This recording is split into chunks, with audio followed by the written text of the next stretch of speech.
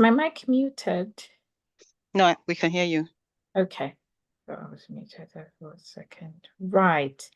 Hello, everyone, and welcome to another session of Can Healthy Hearts. Today's topic, we're going to be discussing nutrition, personal well-being, and professional success. Now, in the bustling world of office work, we're often consumed with deadlines, meetings, and the never-ending to-do list and tasks and things like that. So most times we tend to get, if not every time, we tend to get overwhelmed, stressed, and most times we start second guessing. Is 9 to 5 really for me? Or should I just let go of being a career-driven professional? But amidst this whole work chaos, there's a secret weapon that can skyrocket our performance and enhance our professional success. And that weapon is nutrition. Now, in 2013, studies showed that there was this in a 2013 study, there was evidence to show that office workers who have healthier diets were 25% more likely to have a higher performance at work. So today we have our registered nutritionist, Dr. Hibbah Osei-Kwasi, who is going to be showing us the potentials of nutrition in the workplace. And we'll also be able to lend some practical tips to ignite our productivity. So please drop your questions in the chat box, or you can unmute your mics and ask your questions. Just keep your questions coming in and we'll answer all the questions. So Dr. Hibbah, over to you. Thank you so much, Sylvia, and thanks for sharing those statistics. I'm just going to share my slides now. Good evening, everybody. Thank you for joining us. 1 second. So yes, as Sylvia rightly said, what we eat, what we choose, what we bite, what we swallow impacts on our professional success. It impacts on our personal well-being. So today we are going to talk about this, what's the relationship between diet, professional success, and then as she rightly said, we'll provide some practical tips on how we can improve our diet, but also our lifestyle so we can be more productive, so we can have professional success. Okay. Right, now to get us started, let's look at the definition of well-being. When we say well-being, what do we mean? Now, according to WHO, I didn't realize my video was off. Yeah, according to WHO, well-being is a positive state experienced by individuals and societies. So a positive state experienced by people, by societies. Okay, similar to health, it is a resource for daily life, and it is determined by our social, economic, and environmental conditions. Okay, it includes the quality of life and the ability of people and societies to contribute to the world with a sense of meaning and purpose. So this is just to get us started. This is what the WHO says about well-being. Now, let's look at personal well-being, which is what I'm interested in. What is this? It encompasses various aspects of our lives, including our physical health, our mental wellness, emotional resilience, so when we are faced with different emotions, how do we deal with it? And social connections. Now, our personal well-being, excuse me, is affected by our diet, our exercise, sleep, stress management, but also social support. On Healthy Hearts, as much as we are nutritionists and dietitians, we always emphasize on holistic approach to addressing everything. So yes, diet is our focus, but we must not lose sight of all the other important factors like exercise, sleep, which is why we always have Orlando, sleep, stress management, and social support. Okay. Now, moving on. What is the role of nutrition in personal well-being. As a nutritionist, that is what is of interest to me. Now, we all do know nutrition impacts on our physical health. That is what we do here. We are always talking about how diet impacts on our physical health. So just as a reminder, we do know that nutrition provides us with the essential nutrients, and we all know what these nutrients are. We learn these, when we go to school. In primary school, we talk about this all the time. Okay, so those essential nutrients are needed by our body to function optimally. It supports vital functions such as energy production. It helps, with immune function. These nutrients also help in disease prevention. So this is just so we can remind ourselves of the important role of nutrition in physical health. As we go along, we'll talk about the link with personal well-being and, success when it comes to our professions. Now, second most important thing it also impacts on our mental and emotional well-being. Now, last couple of weeks ago, we had Dr. Kiran really delving deep into the links between diet and mental health. So we talked about the gut-brain axis. And please, if you missed that session, please, I would encourage you to go back to the Khan YouTube website, or even Facebook or LinkedIn. That there's a full session on the links between diet and mental health. Now, just as a recap, we do know that research has shown that nutrition plays a significant role in brain health, and this can influence our mood, it influences cognition, and it eventually influences overall mental well-being. So again, we'll delve more as we go along. Then there's the last one, connection between nutrition and social interactions. Now, again, we've had a session here that focused on social networks, and the role of that nutrition, in our social environment. Now, for us as African and Caribbean people, we have all of these social networks, families, and evidence shows that this really impacts on our health. Now, a typical example, like just sharing meals with people around us, has been shown to foster social connections that can contribute to a sense of belonging and overall happiness. So all of these would eventually impact on our personal well-being, which is linked to our professional success. Now, something I want us to remember, a lot of us tend to make really very, very little, mistakes when it comes to our diet or nutrition. But then these mistakes cost us a lot. They can be very costly, mistakes such as not starting your day on a good note. What is it that you are eating for breakfast? What kinds of foods are you eating? Or eating too much at night? All of these have been shown to impact on our personal well-being, which eventually can be linked to whether you are successful when it comes to your profession or not. Now, I have a video that I would like us to watch at some point. But I'll first of all just talk about a few, as a reminder, few of the facts about unhealthy diets. Okay. Now, as I said, when we're talking about the mental health, evidence shows that what we eat could either support your brain health or could affect it negatively.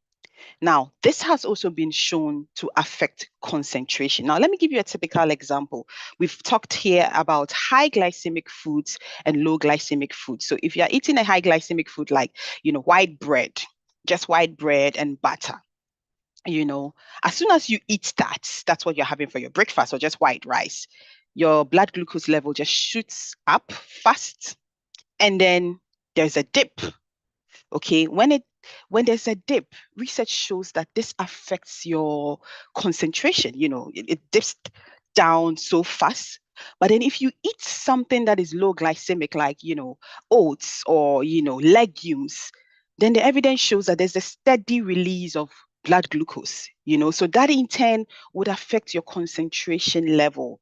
It would affect how much, you are able to do during the day, because the first one will just make you, sugar goes up and it comes down. So within a few hours, you are hungry, as opposed to the other one that goes on, really very steady. Okay. Now, there's also evidence to show that. And I know this is where people argue, because sometimes people talk about intermittent fast and all of that. That's a whole new session on its own.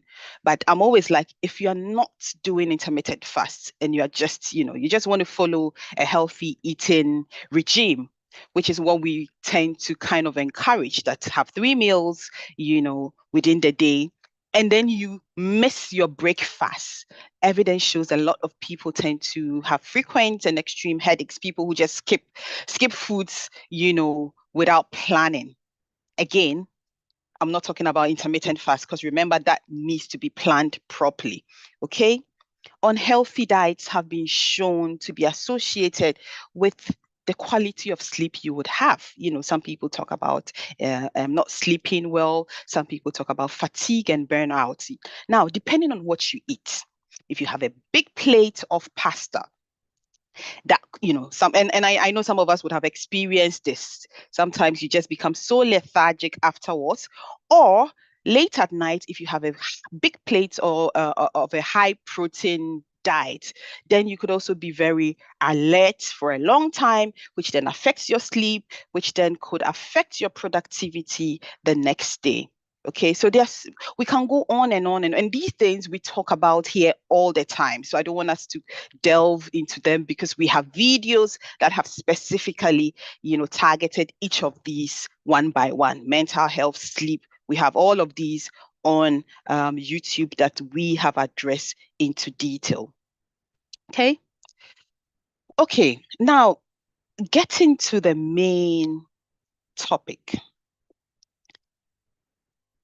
Professional success. Now, I'd like to hear from a few people. What does professional success mean to you? It might mean different things for different people, maybe because we all work in different disciplines or different environments. So what does, Sylvia, I'll start with you, because you and I, even though we are all registered nutritionists, I work in academia, so I'm a researcher, I'm a lecturer. So what would professional success look for you? So for me, it's having to know that I can impact that nutritional knowledge I have in someone's life. Like I can speak to someone and say, oh, this and this and this is what you should be doing for your health. And they take that information and they actually do make positive changes and they can see the positive changes. So it's having to impact someone's life in a positive way, sort of. Okay. Yeah. Okay. Yeah. All right. Thanks. I wondered if anyone else would like to share, anyone who is not, same area of work or profession as us. Anybody wants to put in the chat what professional success means to them?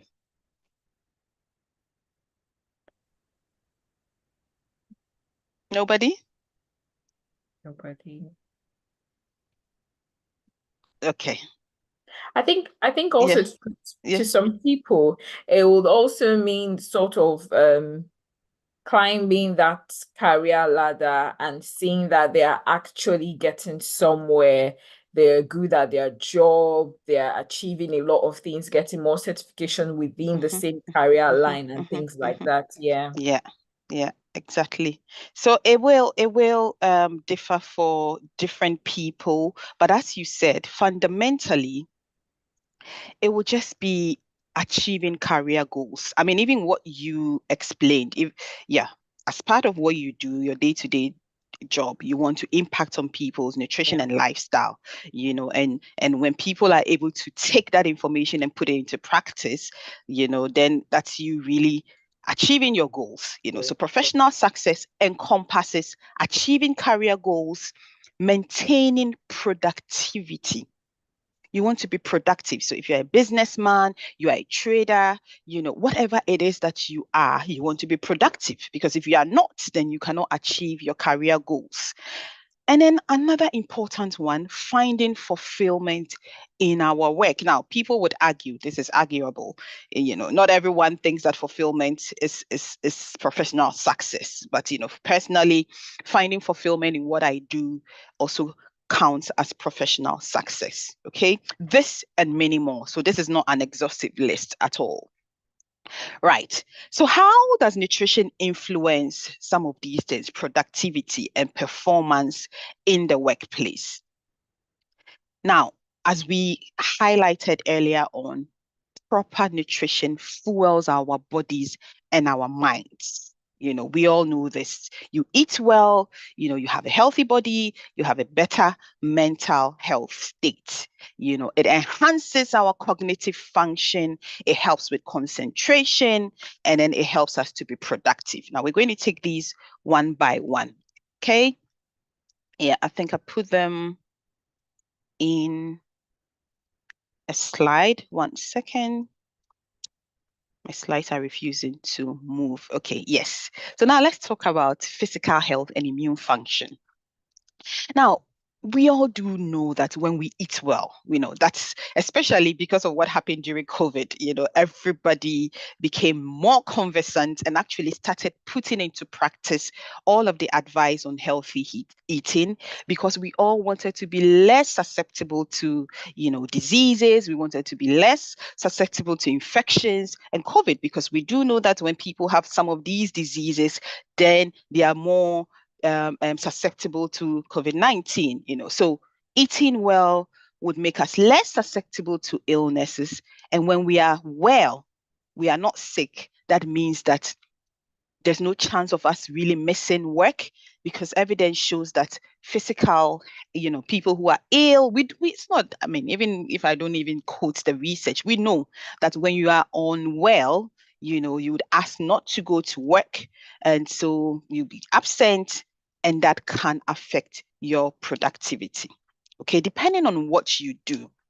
Now, I'll use myself as an example again. As an academic, apart from teaching, I'm expected to do research, I'm expected to write papers, I'm expected to write grants. Now, I'm constantly ill, that means that I will not be able to write those papers. I will not be able to write grants and publish. And what that means is that I won't be able to climb that academic ladder. I won't be able to achieve my goals, and I will not find that fulfillment in the job that I so much love. Okay? Right. Now let's talk about the mental health. We've talked about this at the beginning, that when we eat well, good nutrition supports brain function. It supports cognitive function. Now, when all of these are supported, when you have good brain health, that would enhance concentration. Now, I can't emphasize that enough. Whatever you do, whatever profession you find yourself, if you're not concentrating properly, if you have divided attention because you have headaches, because you have all of these things that is interfering with your concentration, if you don't have good memory function, you cannot focus on work. You cannot focus whatever it is that you are doing. If you're a healthcare professional, if you are a teacher, if you are a trader, it is important for you to focus. And if you are not eating well, your nutrition is not optimal, that focus will not be there. Improves energy levels. During our TLC intervention, the intervention we did about 2 years ago, there was a particular person that shared her story about constantly having low energy levels. She couldn't explain it. She had been to her GP several times to say that she just didn't feel energetic. She was always very lethargic, really very down. They did so many tests, they couldn't really pinpoint what exactly the problem was. They were about to put her on some hormonal therapy, and she wasn't keen on going on to that hormonal therapy.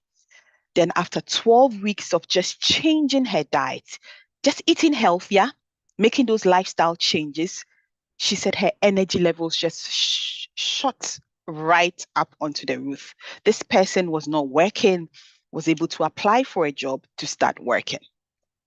Okay, so this is how much nutrition can impact on professional success from someone who was not working, mainly because she was constantly having low energy levels, just making sure that she was supported to have a healthy diet, to change her lifestyle. Within 12 weeks, she felt like, I can go back to work.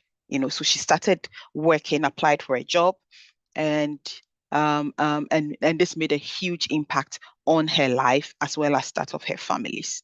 Okay, so again, it would make you more productive. Okay, now another thing I like to highlight, that link between mood regulation and, the impact of diet on your mood. Now, once you have a good mood, and I think people underestimate what this, the role of mood regulation in professional success. Once you are in a good mood or you are someone who's not always moody, it will foster interpersonal relationship with others. Because nobody wants to be talking to people who are always moody, people who are not friendly. Now, again, I'll use my own profession as an example. Until recently, I did not even realize that being collegial was important in you climbing the academic ladder. It matters for professional success.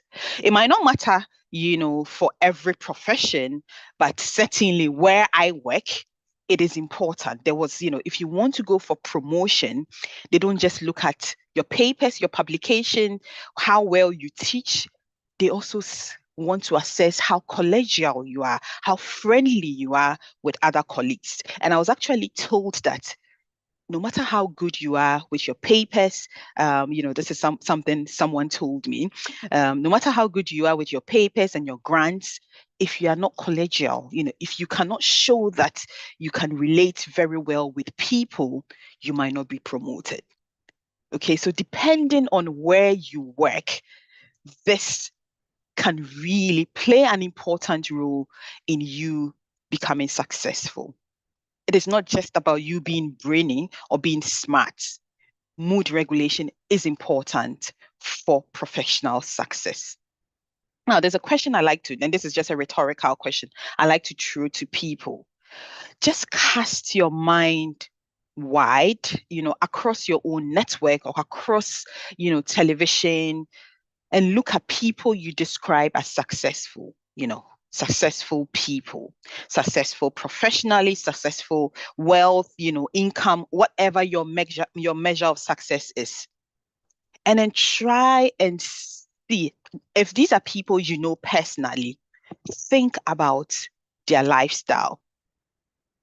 Are these people who you would describe as eating unhealthy diets? Are these people you would describe as people who are always going to eat McDonald's and buy takeaways? I just want people to just, for a minute, reflect on this. The people in your life, in your social networks, whom you will describe as successful people, how do they live their lives? How do they eat? The people I know, I'll tell you, who are very successful, are very disciplined people. And when you are disciplined, it's not just in terms of waking up early, it also reflects in what you eat. These are people who make sure they take care of themselves, as in working out, exercising, walking, whatever it is. These are people who do not, on a constant basis, eat unhealthy diets. And so that should tell us something, that for us to be successful professionally, we need to work on our diet and our lifestyle. We need to be disciplined. Actually, Dr. Hibbah, Yes. just to comment on that, the question, and I did think about it. I think about 90% of the people that I know that are successful, they are very, very disciplined with their diet. In fact, sometimes they're too disciplined that sometimes I tease them and I said, maybe I should hire you as an assistant. Maybe I should hire you to be a nutrition assistant for me, because they are really disciplined. They are very fit, very, very fit. So yeah, I think that's really true. So it just doesn't happen. The success is not just because they are probably smart people. No. So as you said, nutrition, the lifestyle plays an important role. Okay, let me go back to the slides. Thank you for sharing that, Sylvia.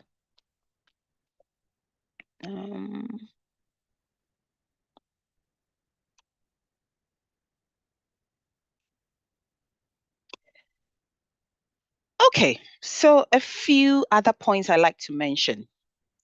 When we talk about nutrition, it isn't just about what you eat. So whatever you are having on your plate is not just, you shouldn't think about it just as filling your tummy. It's about investing in your professional future. Okay. A balanced diet fuels not only your body, but also your ambition and your drive towards success. And when Sylvia was introducing the session at the beginning, she talked about this competitive professional landscape we have today. So in the competitive professional world, nutrition would provide you with a sustained energy and mental clarity that you need to excel and thrive. It is a competitive world. Doing this right will set you aside. Okay. A well nourished body and mind operates at peak performance. It is needed for professional success. So, what you put into your body directly impacts your ability to perform, for you to be innovative, and then the ability for you to achieve your career goals. So simply put, if you are not, linking this to the physical health, if you don't eat well, and so you are not fit all the time, then you cannot possibly do well. And so the point is that good nutrition would support, well-being, will support mental health, will support physical health, just so that you can do well and succeed professionally.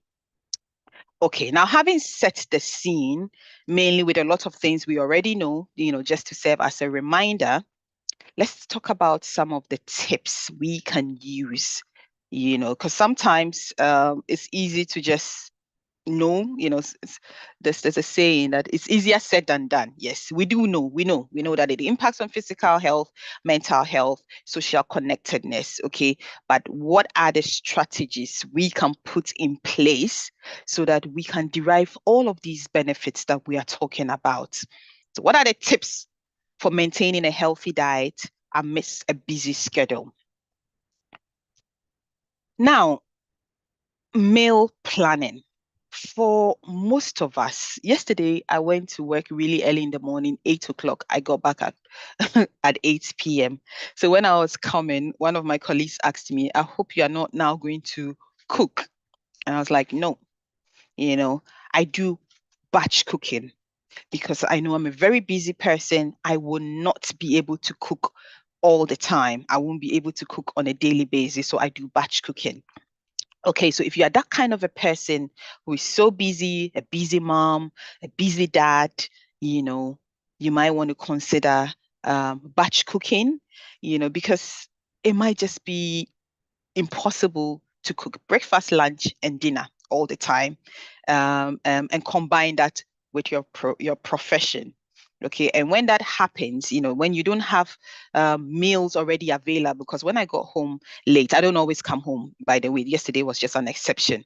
But yes, I was hungry, so I needed to eat. So if I didn't have anything already prepared, then I would have just reached out for something unhealthy, which is very easy to do. Okay, so meal planning in advance. Make sure you always have that some food, or always do your shopping over the weekend, and then if possible, cooking bulk and even portion these foods, in advance so that it's easier to just get a healthy meal all the time. Now, make sure that you have healthy snack options. If you're a very busy professional, that can help you stay on track. There's something called unplanned eating.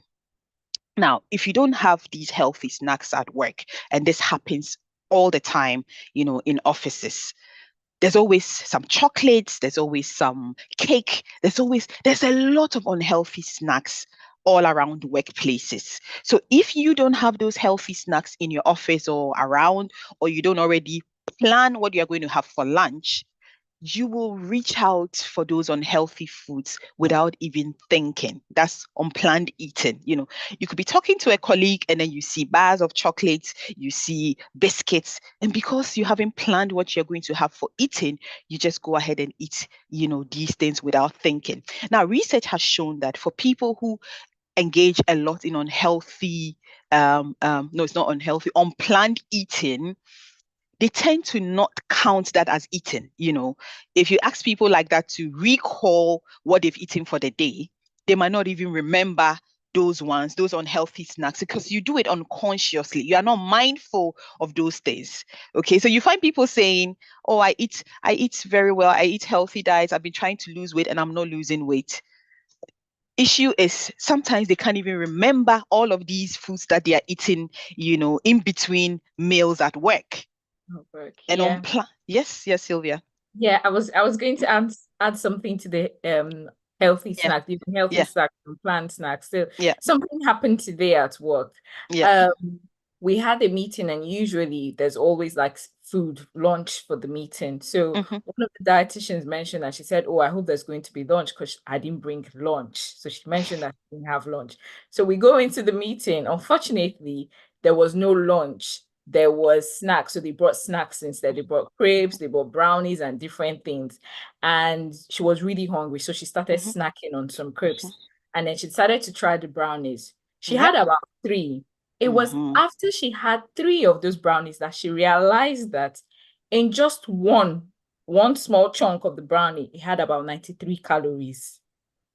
The way she screamed, apparently, because she didn't want to be the only one, she had passed me one. She said, "Oh, Sylvia, try some." And I had just tried it without even looking at it. And then she looked at me and she said, "That's 93 calories, Sylvia. This is a whole lot." And then she pushed it back. She pushed it back. So that's the thing about all these unplanned snacks. Yeah, The yeah, calorie intake yeah. in them is so, so much. And It because you're is. hungry, Yeah. you won't have a choice. You won't think about it. You would just want to have them. Yeah. Thanks, Sylvia, for sharing. And that's the reality. That's what happens in a lot of workplaces for professional people, busy people. You just and Sylvia, this your colleague. If she was asked, she was doing a diet diary. You're trying to recall what Yeah. she ate. A lot of the time, sometimes people She won't remember. conveniently forget Yeah. to list those foods. She She honestly might won't have just remember. put in one brownie because Yeah. she wasn't really thinking at the time she was eating. At all. She wasn't Mm, paying attention because even yeah, the way she yeah, kept grabbing the crisps, somebody was like, "You better put that bag of crisps beside you." But she was like, in her mind, she thought she was just having small bits, but she had exactly, literally had a lot of exactly, it. Yeah. exactly. But if you plan your eating, you know that this is what I'm having for lunch. Say at 12 to 1, you have your packed lunch. When you go for those meetings and those snacks are there, you are not tempted to go for it, or even at all, if you do, it will just be a small portion. Yeah. Okay. So it goes back to meal planning, planning ahead that this is what I'll be having within the week for lunch. It saves time, it ensures that nutritional meals are always readily available, and it reduces the temptation to rely on those snacks that Sylvia is talking about, the convenience foods. There are a few times that I haven't been able to, plan and it happens every now and then, plan my meal. And I've been forced to just eat whatever is available because I'm hungry and I have to eat. Okay, so let's remember that. Let's also remember that healthy snacks can provide sustained energy and prevent energy crashes, helping us as professionals to stay focused and productive throughout the day.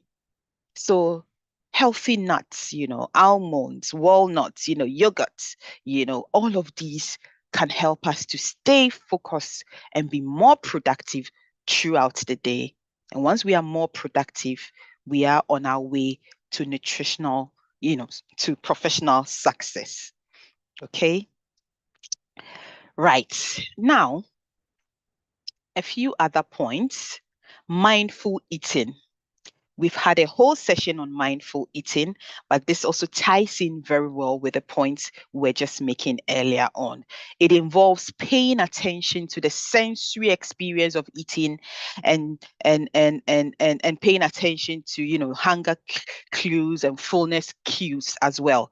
Okay, so if you want to be consciously practice mindful eating, you want to take your time when you are eating. You want to think about uh, um, what you are eating. Before you put anything in your mouth, you want to ask yourself, is this really hunger? And then as you eat slowly so you can really savor everything in the food as well. So this has been shown to impact on, productivity. And so it's something that we would recommend as well. Okay. Now, stress can impact on our food choices. I think I've had a session here where I talked about emotional eating. We do know that sometimes when we are bored, when we are sad, when we are angry, we just grab food. When you watch movies, when people are sad, sometimes the first go-to food is ice cream. There's a lot of evidence to show that, people make unhealthy eating or dietary choices when they are stressed. So finding a way to cope with your stress, can also be a good way to impact on your personal well-being and subsequently lead to professional success. Now, in the future, next month, I will have a session. I'll bring someone to talk to us about, stress management, because all of these things, work hand in hand. Okay. But a few strategies for managing stress through nutrition could be making sure you are choosing nutrient-dense foods, drinking, staying hydrated, practicing relaxation techniques, all of these, yoga and mindfulness, all of these have been shown to impact on our bodies and our minds. But as I said, we are going to do stress management into detail sometime next month. Okay. Right. So how do we build healthy habits for long-term success? Because, we talk about these things all the time. We don't want to start today and then, in a month or two, we go back to unplanned eating. We go back to, business as usual. Consistency, consistency, consistency, consistency is the key. Okay. So what I tell people all the time is, if you are on that journey to make some lifestyle modification, start small. Okay. Set realistic, achievable goals. Today, we are talking about personal well-being and professional success. Sit down and think about your own profession. What is it that you want to achieve? Write that down. We've talked about the importance of nutrition in helping you achieve those goals. So what is it that you want to change? Are you one of those people who has unplanned eating? Are you one of those people who doesn't drink water? Do you plan your meals?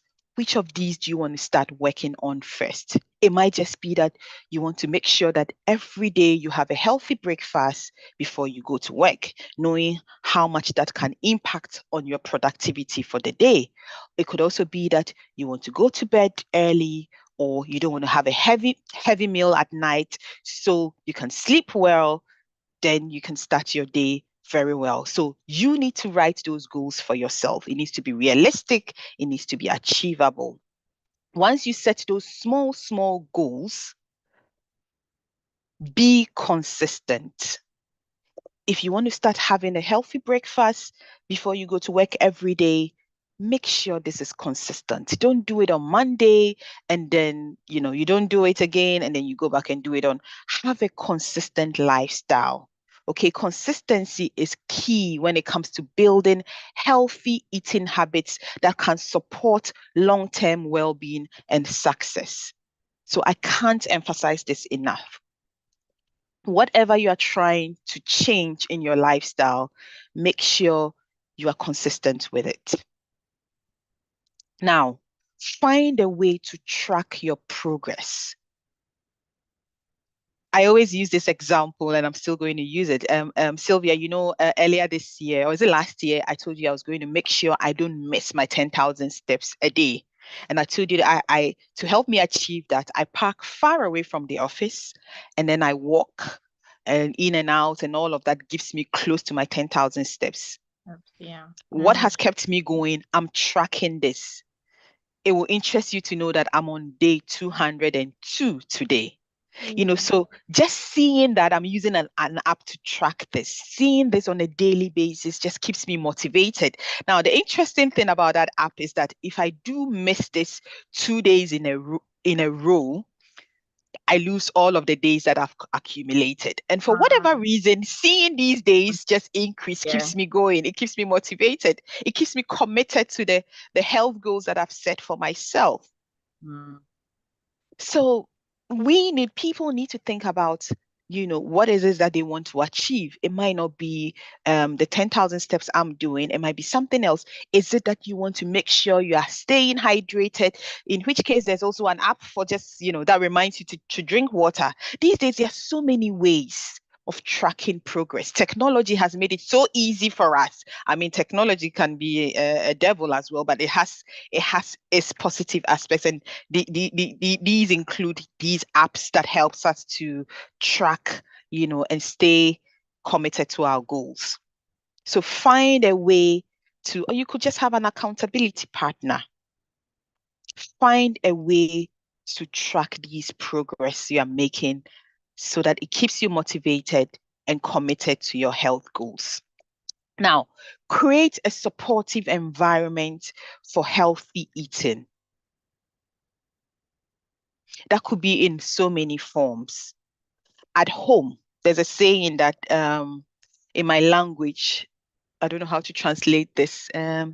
In your time. So if you don't see it, I don't know how to translate it directly into English, but out of sight, out of mind, something like that. Sylvia, does it make sense? If you're not seeing the unhealthy food, then maybe you might not be tempted to eat it.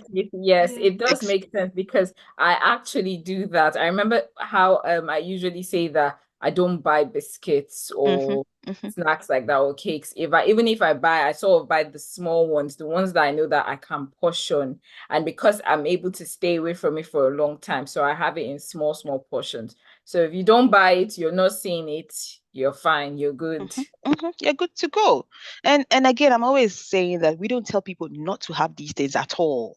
It's just how much, it's making sure.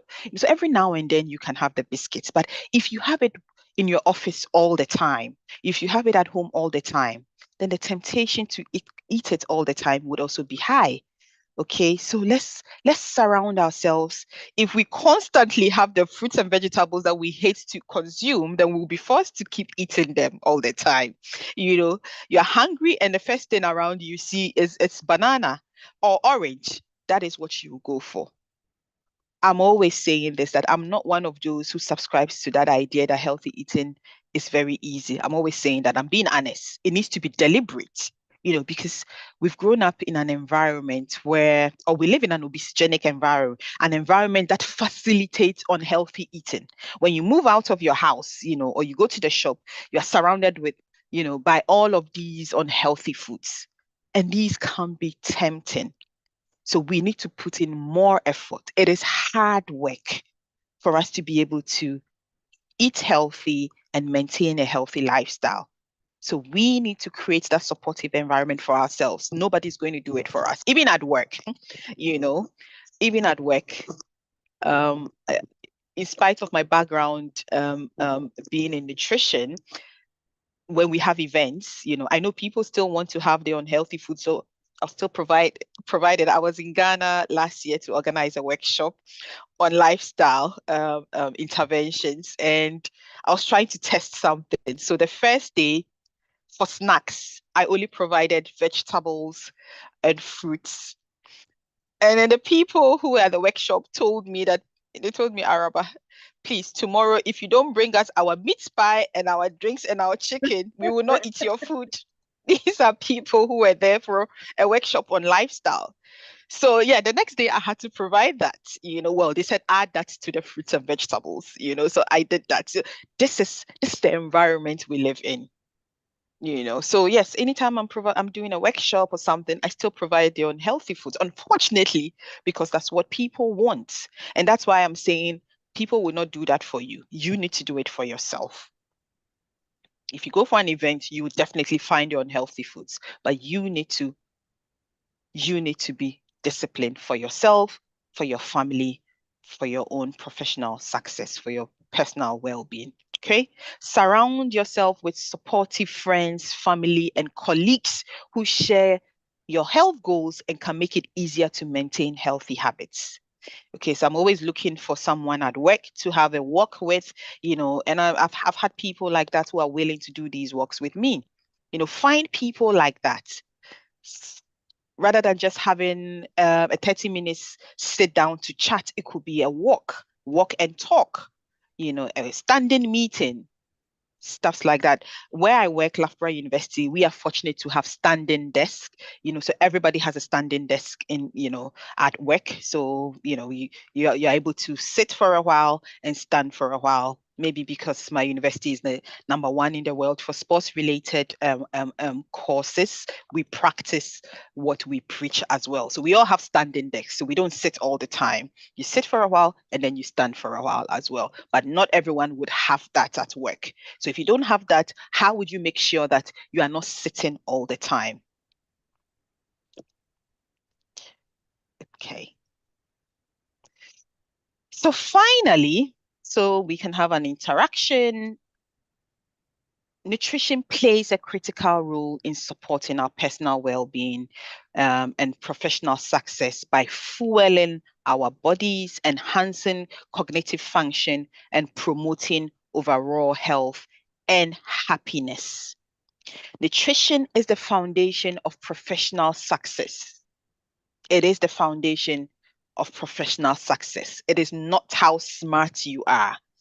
It is nutrition, fueling our minds and bodies to reach new heights of achievements. Eating well is a form of self-care.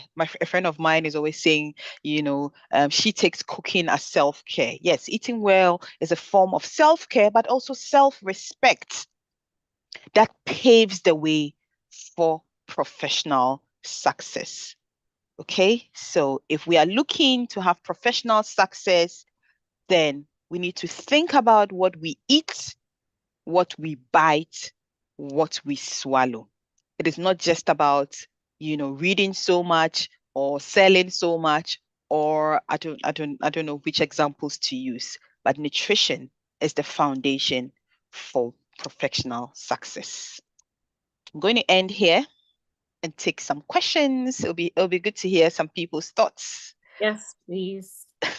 Has anyone got any questions that they would like to ask? You can pop it into the chat box, or you can just unmute your mic.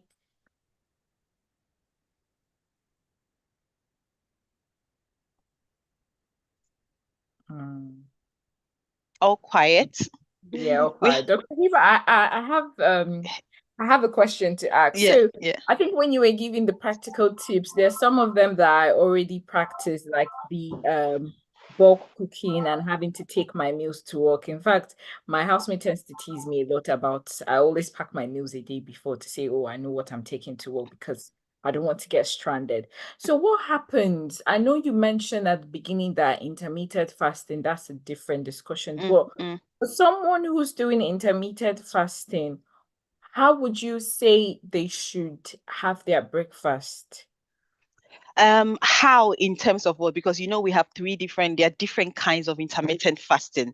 So how you eat or when you eat your breakfast would depend on which type of intermittent fasting you are really practicing. Okay. Okay. So how about for someone who's having their breakfast, let's say at about 12 or 2. So between and then let's assume they resume work 7, 8. So between the time they resume and 12, what do you think should be happening? What would you advise should be happening between that time? So Sylvia, intermittent fasting is a totally different discussion. Yeah. Now, for people, and we talk about this, that, it becomes a lifestyle. There's evidence to show all the important benefits of intermittent fasting. So if someone is practicing that, then you are fasting for a number of hours. So yes, if 12 o'clock is the time you're going to have your first meal, then that is fine because you're following, it's the consistency that matters. If you're doing intermittent fasting and you're eating at 12, then I believe that should be what you follow all the time.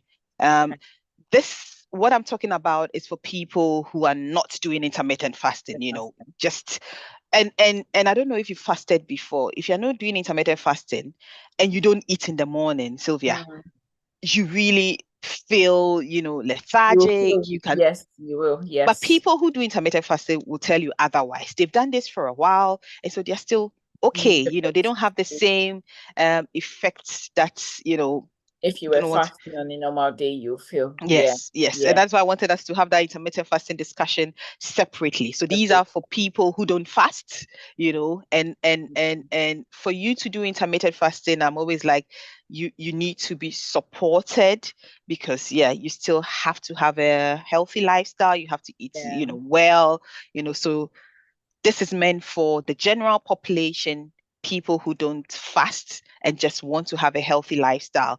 Then the recommendation, from us nutritionists is for you to have a healthy breakfast. And people would ask what time. That again depends on you. So there isn't that set time. Some people would want to have it 1 hour before they go to work. It just differs. Now, a lot of these things we talk about nutrition, like what this is public health nutrition, so it's generalized education for everybody. But we also have to be, we need to understand that there's something called personalized nutrition, Yeah. so depending on your own circumstances, information might have to be tailored to you. And that is why it is important that people speak to nutrition professionals, speak to a dietitian, speak to a registered nutritionist, because you might be working at night. If you're a night worker, what should it look like? Depending on what kind of job you do, again, that or your preferences, that could also impact on what you eat in the morning. Okay, but important message here is be consistent. If you want to have a breakfast, make sure it is healthy. It is what you are eating and how you are eating it. So don't go eating white bread and butter and a cup of tea. Yeah. Within an hour or two, glucose level will dip, and that would affect your concentration. It would affect your mood, and that would affect, you have that knock-on effect on productivity, which then goes on to affect whether you become successful professionally or not. I hope I answered the question. Yes, you did. Yes, you did. I think another one I'll ask, not really a question, but I don't know if you can shed more light on sort of like on more physical activity, especially during work, during the day, because sometimes most people might not be able to still go to the gym after work. So I don't know if you can shed light on what. Yeah. Yes. And I'll give you an example. I'll use myself as an example. Only time I went to the gym was, I haven't been to the gym in like 8 years or 7 years. Just when I had my daughter. Afterwards, I had some time, so I was able to go to the gym. So I have two little children, and I work full time. I just can't find the time to add gym. As much as I want to gym, I can't find a space to add gym to it. So what do? And I know I've shared this here before. I make sure that I walk. The brisk walk is what I do.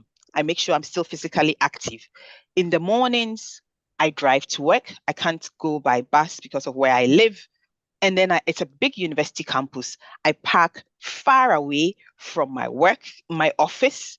So I walk, in the morning, brisk walking from where I've parked to the office, and then walking back. Even if I don't walk again during the day, that gives me about 3,000 steps. But I consciously during the day also walk. If I'm having lunch, I might decide not to have it in my building, so I might walk to a canteen just to go and eat, and then walk back. So I put in, and this is all pre-planned, I put in effort to make sure that during the day I have all of that. And then I told you we have these standing desks at work. So I don't sit all the time. I'm half of the time I'm standing to work. That's the way I'm overcoming this challenge of not having time. And then sometimes there was a time that, depending on my husband's work shift as well, I'm able to go for a jog, So again, that is planned. Not all of us can gym. Not all of us have interest in gymming, but whatever our circumstances, whatever profession you are in, you need to consciously and deliberately find a way to be physically active. I mean, it might just be that you would be joining Orlando's session every Tuesday and going back to watch the video. That is still good enough, just doing these sessions. So we have to find a way to be physically active. Yeah. So no matter how busy you are, please find a way to put that in your lifestyle. Just to sort of add to that, I think during the period before I sort of found that time to put in the gym. So what I used to do is during lunch, because you're sitting down for a very long period of time. So sometimes before lunch, I'll stand up for 30 minutes, just walk around the building. And then during lunch, there's a park close by, walk out to just go and have my lunch and walk. So to just get that brisk walking in between. And then obviously the weather's getting better. We have more daylight now. So sometimes even after work, when I get home, I just take a short walk, even if it's for 30 minutes, just take a walk. Walking, the thing is, people actually don't think that walking does a lot. Counts. Walking is very, very good. It counts a lot. So try as much as possible to at least get 30 minutes walking every day. I also have a friend that she works from home. What she does is she lives in an apartment building. She walks up and down the stairs, and she tells you she needs to complete her 10,000 steps every day. If you call her in the evening, you hear her panting. And that's what she's doing. She's telling you she's trying to complete her steps. So she's just going, she doesn't even need to go out of the building, just up and down the stairs, and that's it. So I know people who just put music and then they dance. I know people who do that, put music and then and just dance. But the trick is that tracking. Yeah. It really will keep you on your toes. So I need to start doing that. Please do. What app do you use, Dr. Hibbah? So just so that I'm not advertising for a company for free. There are so many of those. I use Pacer. It's free. Okay. There are so many other ones that you can download on your phone, free, and it will track your steps. So many of them out there that are free. You don't even need a Fitbit. I just had this Fitbit a few weeks ago because I was like, I'm missing out on some of my steps because when I walk to the washroom, I don't take my phone, and that's why I bought this. But if you don't have a Fitbit and you have a phone, you can keep it on you when you are walking, and that would. And you can find a way to track what you eat as well. There are ways that you can track what you are eating as well, just so you can stay on track. Yeah. Very good. Thank you so much, Dr. Hibbah. Do we have any last questions? Has anybody got any last minute questions just before we hand over to Orlando and call it? Any questions from anyone?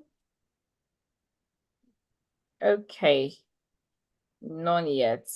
Thank you so much, Dr. Hibbah. Thank you for that amazing session. Now we have come to understand and we can see the link between our nutrition and having a successful profession and being, even if you're not a career person, but just having optimum productivity in your workplace, and also the practical tips that Dr. Hibbah has shared with us. Let us at least try. I, for one, never used to be a fridge person, but I had to adopt that at least once every max. I go once a week or every week, basically. So let's try as much as possible to walk through those tips, and we will see our high performance in the workplace. So Orlando, thank you so much, Dr. Hibbah. Orlando, over to you.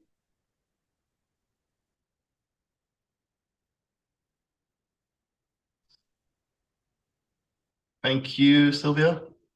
You can just highlight me. Thank you.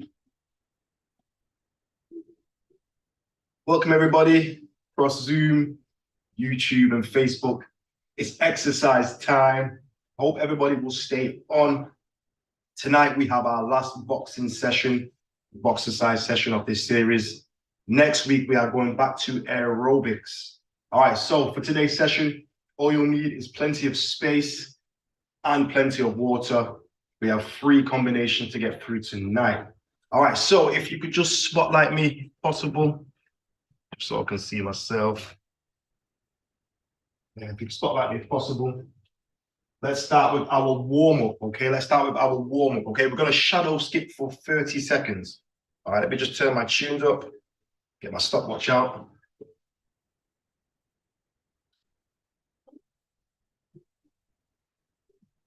Okay, get ready. 3, 2, 1, go.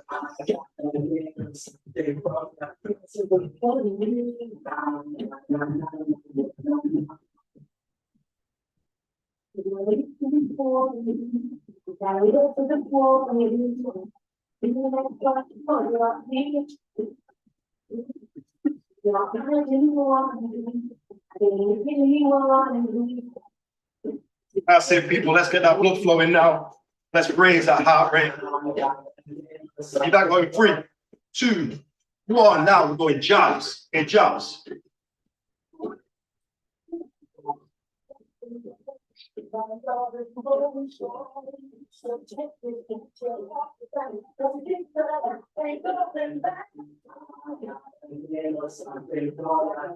Keep going with the jabs.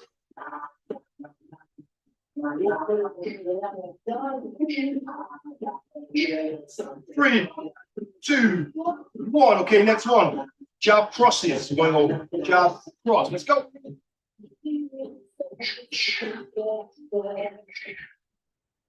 Keep it nice and light as the joints and muscles warm up.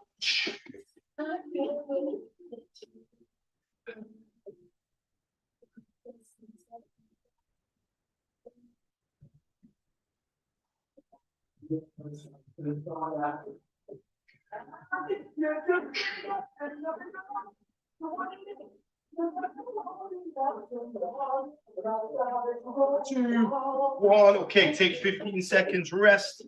Catch your breath.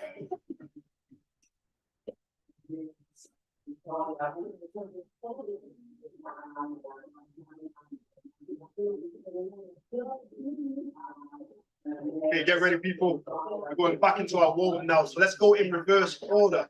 So let's start with jab crosses. 3, 2, 1, go.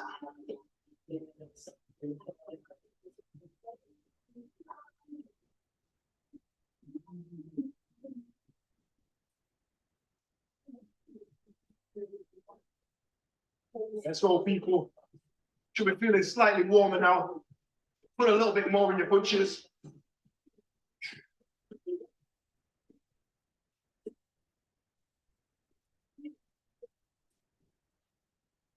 2, 1. Let's go jabs now. Jabs only.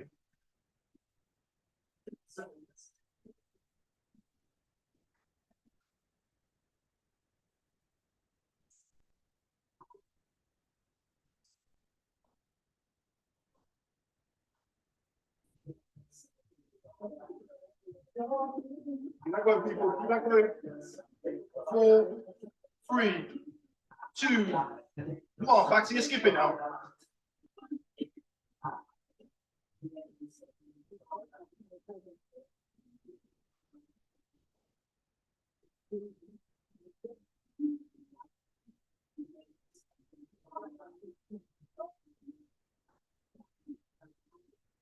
Ten seconds, people.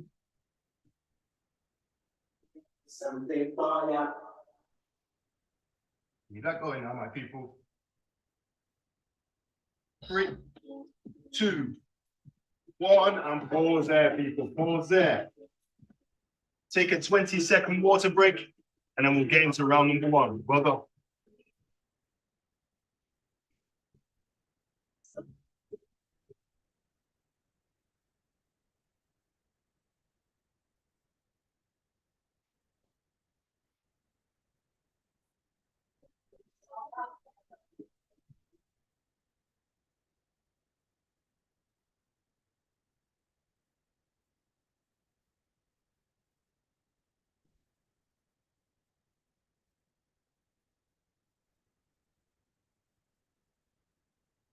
Okay, people, join me back in the center. Let's get into round number 1. Okay, so round number 1, we have a combination round.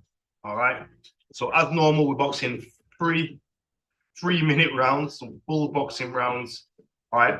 For this one, we're going to change. We're going to add to the combo every 60 seconds. All right. So for your first 60 seconds, we're going to be in our guard here. We've got a jab, cross, left uppercut, right uppercut. Okay, using a full body. So watch again. Left, right, left uppercut, right uppercut. Okay, people, that's your first 60 seconds. Let's get into it now. Let me turn my tunes up. Okay, get ready, people. Let's go in 3, 2, 1. Let's start the round now. Let's throw them punches, people. Let's go.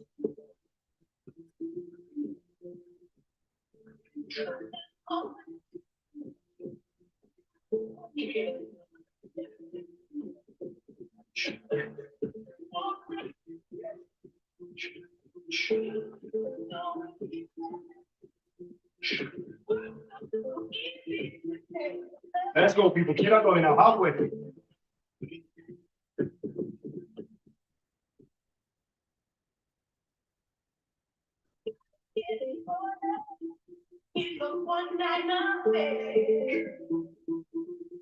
"20 seconds.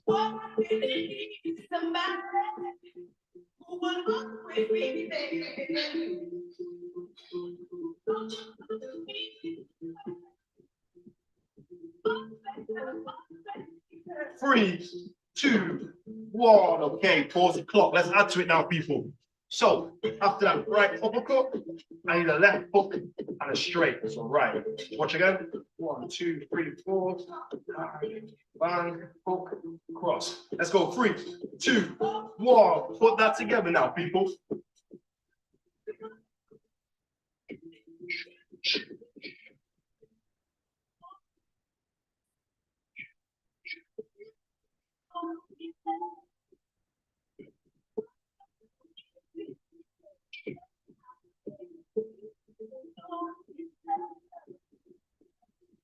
Let's go, people.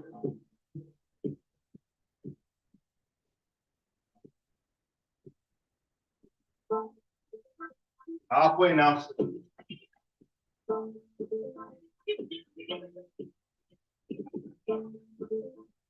20 seconds.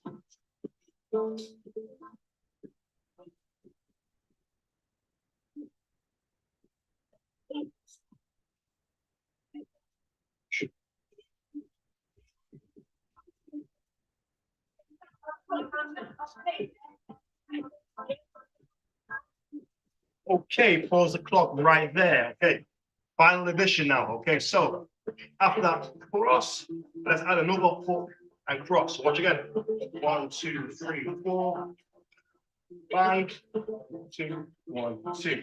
Let's go. Last minute, people. 3, 2, 1. Put it all together. Let's go.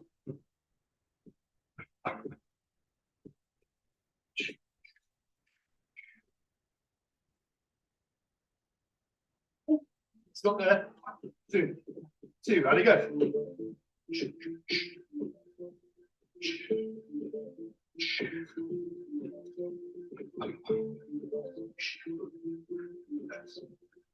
Let's go.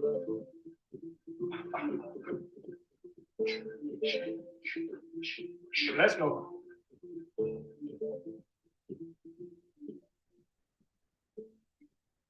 "20 seconds left. Come on.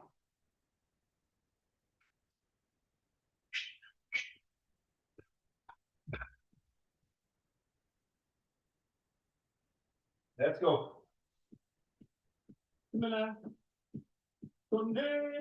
3, 2, 1, and time, people. Back to your corners now. Take a 45-second water break and join me for round number 2. Well done.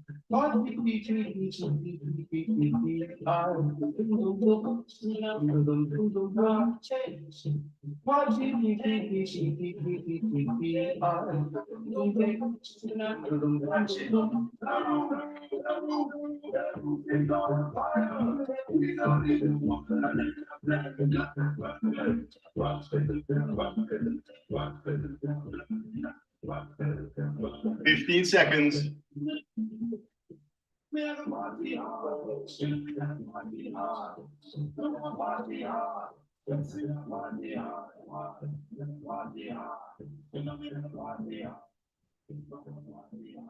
Okay, people, join me for round number 2. Let's get back in the ring now. Okay, so round number 2, we have a cardio and conditioning round. Okay, we've got some legs in there as well. So cardio, conditioning, and legs. All right, so how it's going to run now for your first minute. I need in your guard, 50 straight. Okay, 50 straight. So that's 1, 2, 4. Quick as you can.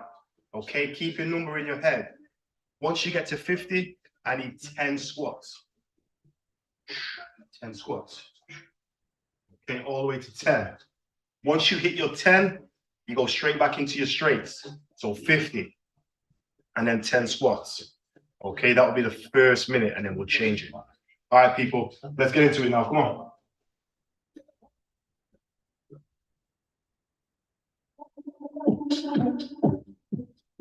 Okay, let's get ready, people. In your guard now, get ready.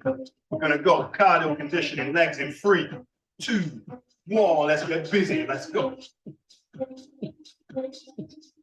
10, 20, 30, 40,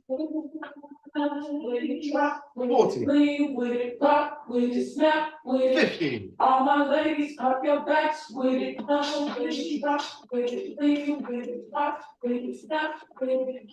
All my ladies, pop your backs with it.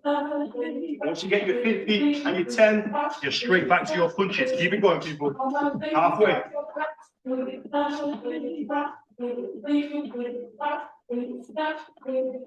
I want to baby, pop your back, 15 seconds, people, 15 seconds.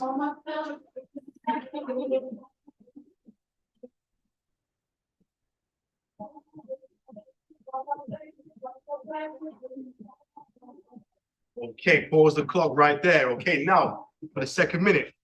Okay, we've got uppercuts, 50 uppercuts, and again, 10 squats. Get ready, 3, 2, 1, let's go, let's go, let's go. 10, 20, 30, 40, 50.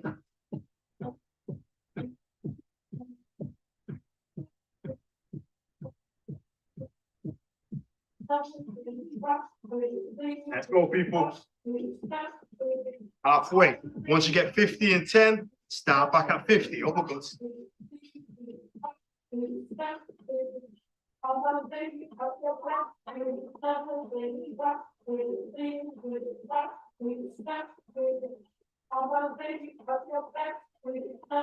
Ten seconds.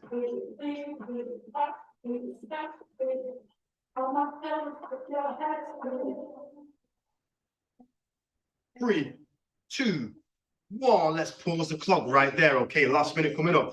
So now we have hooks. So nice and quick. Get to 50, but now the exercise changed. Now we're going to go reverse lunges. So we've got 10, 1, 2. Okay, let's go. Get ready. 3, 2, 1. Last minute. Let's go. Hooks.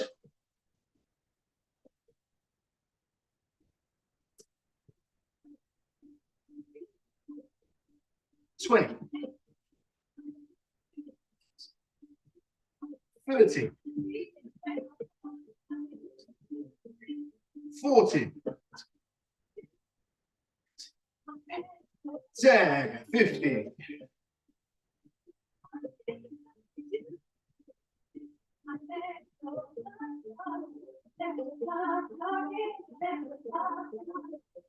Keep going, people.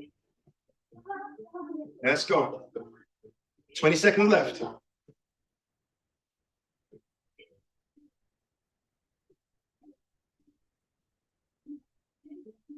Ten seconds, people.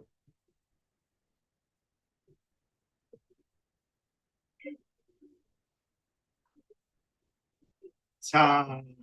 Well done, people. Back to your corners. Take a 45-second water break and join me for our third and final round. Well done.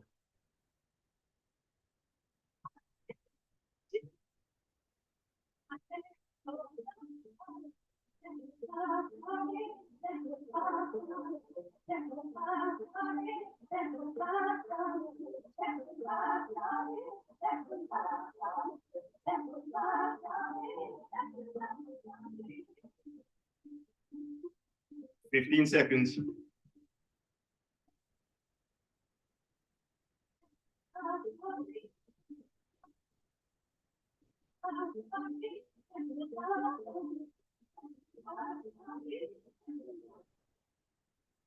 Okay, people, climb back through the ropes. Final round coming your way. Okay, so final round, okay, defensive round. Okay, so first minute, we're here. In our guard, we got a jab, cross, and then we're gonna duck, so go down, and we're gonna weave, go round. Watch again. Jab, cross, you're gonna go down and around to your right, back up, down and around to your left, back up, back to your guard. Okay, that's your first 60 seconds, people. Let's get ready. Last round now. Come on. Come on.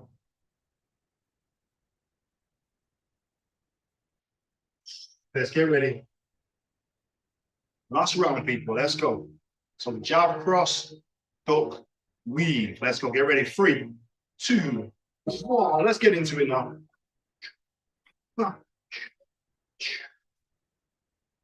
2, 2, 2.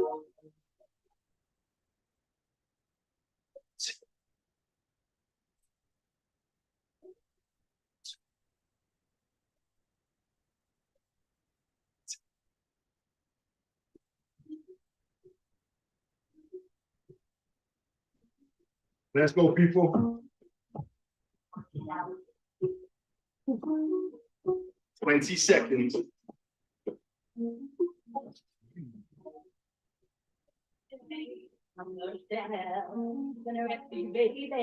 10 seconds.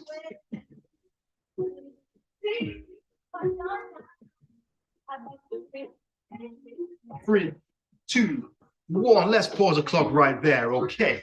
So after your weave, we're gonna add a hook and a cross. Okay, so 2, so weave as you come up, hook, cross. Let's go. 3, 2, 1, go.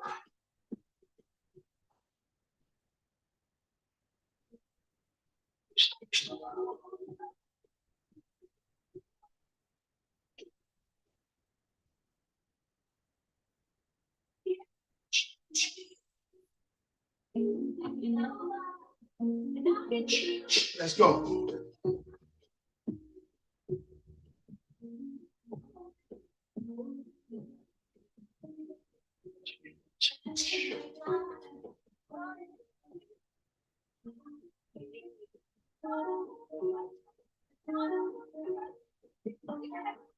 Twenty seconds. Keep working it, people.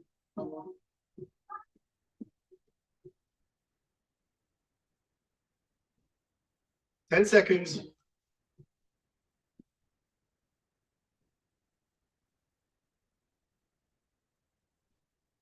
3, 2, 1. Pause the clock right there. Okay, last minute coming your way. So now we're going to add another hook and a cross. So watch the whole movement. Hook, cross, hook, cross. Last minute, people. 3, 2, 1. Go.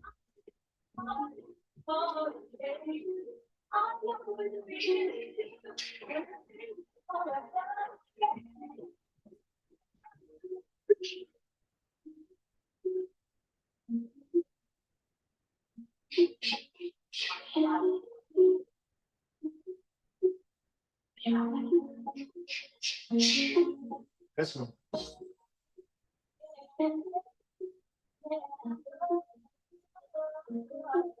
Halfway, people. Keep working it. 30 seconds left. Come on. 20 seconds.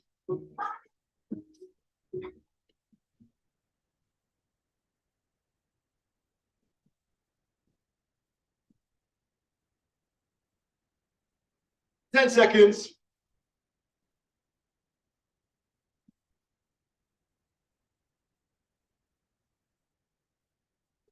2, 1. Relax right there, people. Relax. Well done, well done. Take a 30-second water break, and then we'll stretch off and cool down. Well done.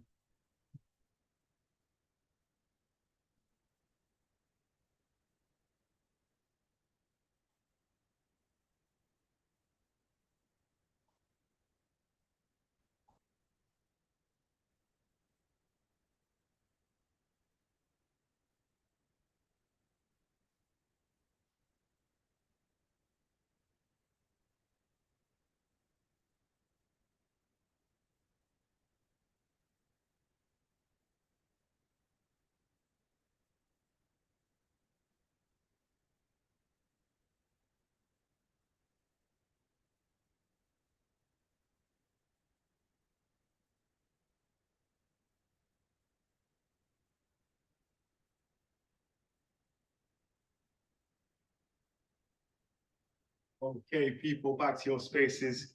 Let's stretch the body off right now. Starting with the neck, we're going to go side to side like so.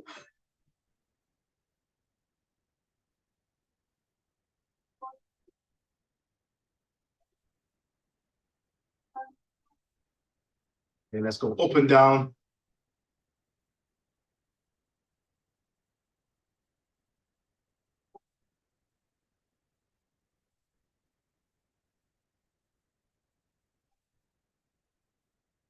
Okay, arm circles.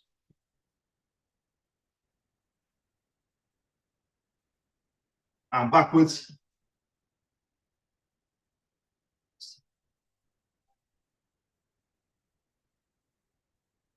Okay, to the hips. Big circles. Change direction.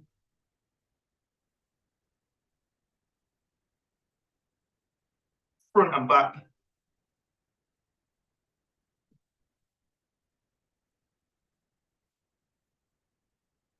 Last one, alternate knees, high knees.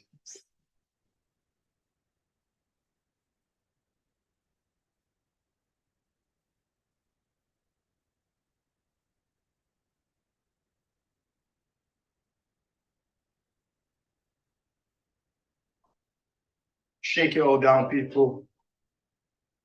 And that's time. Well done, well done. Big pat on the back for that one. Well done. Do we have any questions? Do you have any questions from anybody?